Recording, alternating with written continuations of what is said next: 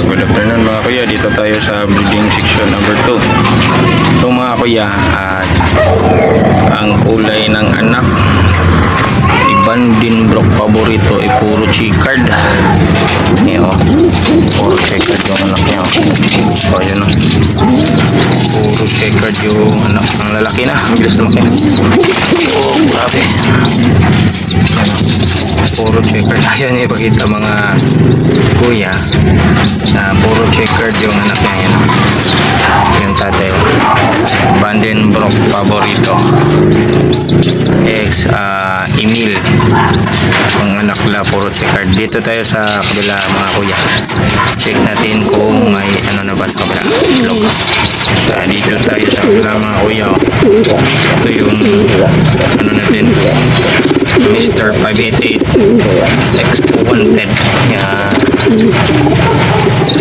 Siguro mga kuya sa ngayong linggo or sa susunod na linggo may itlog na to. Si ano na yung pataba na yung parang sapuitan niya. Yan, dyan ako nagbabase para nalalaman ko nung malapit na bang itlog yung ano, ibon. Yan. Dito tayo sa ano, sa stock section.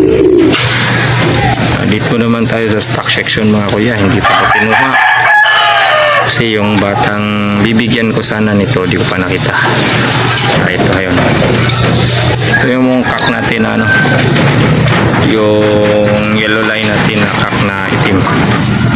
Yan, sama niya yung isa din natin red line. Ito anak to nila, red line to. Yun, sila nagparis yung dati magkaparis yan itim at saka yung checkered. Sila na nagpaparis. Ayun o. Dito lang muna tayo mga kuya. Bye.